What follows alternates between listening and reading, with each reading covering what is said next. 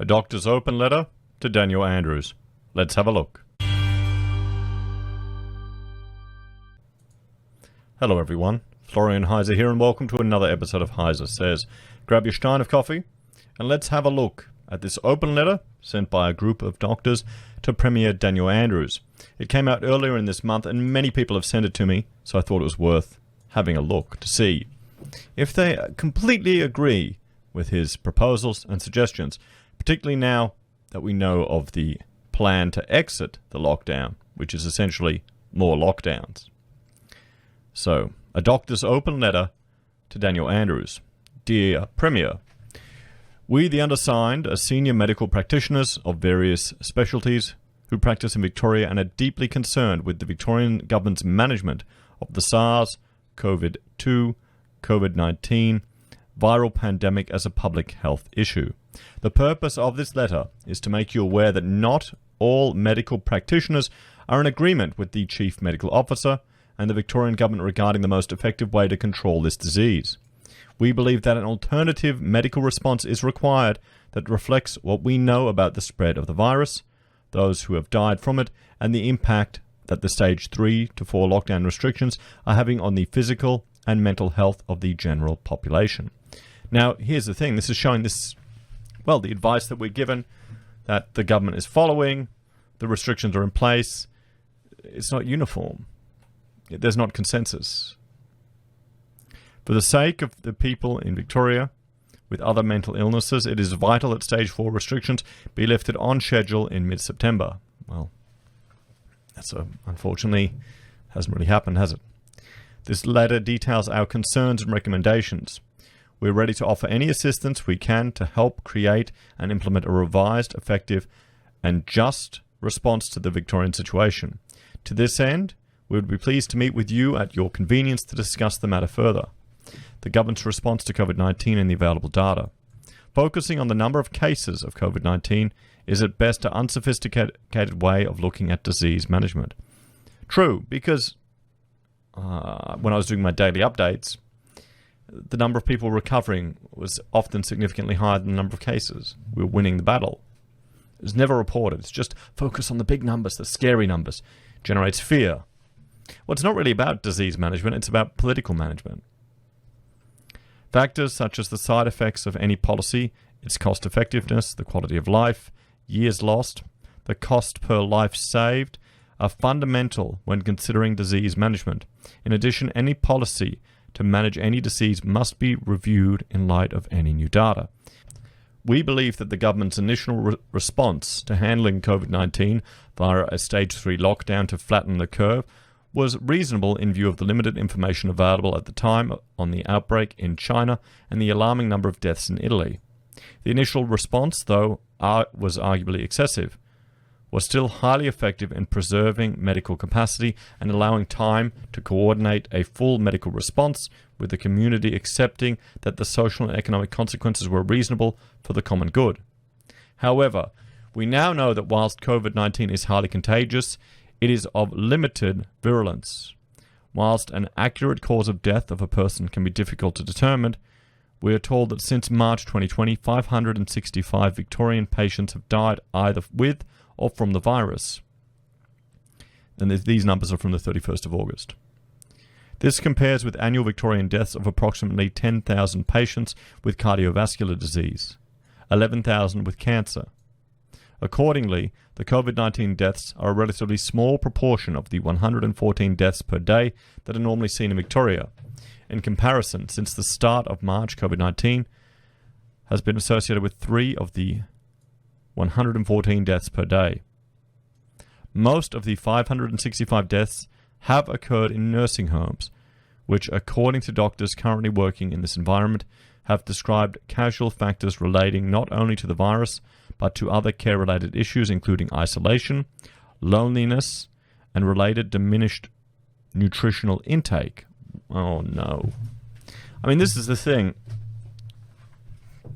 Some of the oldies in those homes, if they're not getting interaction with people, they can give up.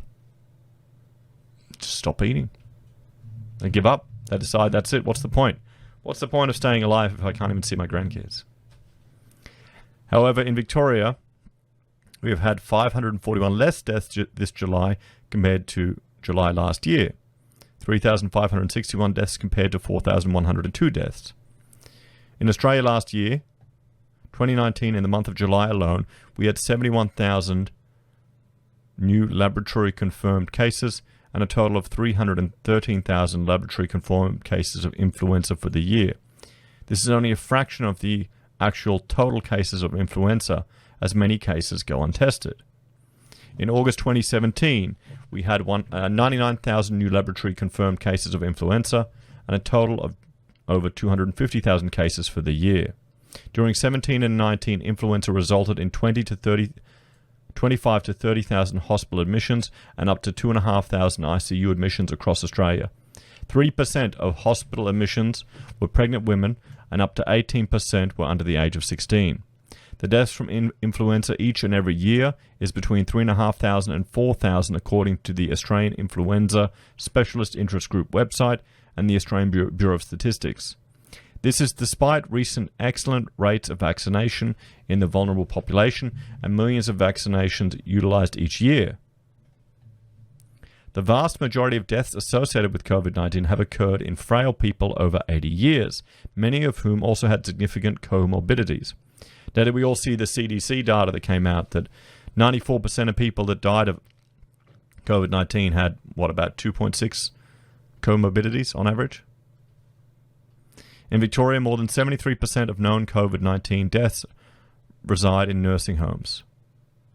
381 out of the 524 and 30 out of the 52 in New South Wales as of August 30. For people who are physically well and under 60 years of age, the mortality risk is extremely low. Contrary to what you have said, Mr. Andrews, the virus does discriminate, and see the graphs below. Since June 2020, the death rate has risen sharply in aged care facilities, where the risk of transmission of COVID-19 has been unacceptably high. However, the government and the doctors advising it have not reviewed their policy in order to focus on this vulnerable segment of the population. Instead, stage 3 to 4 lockdowns for the whole community have continued for no apparent scientific reason.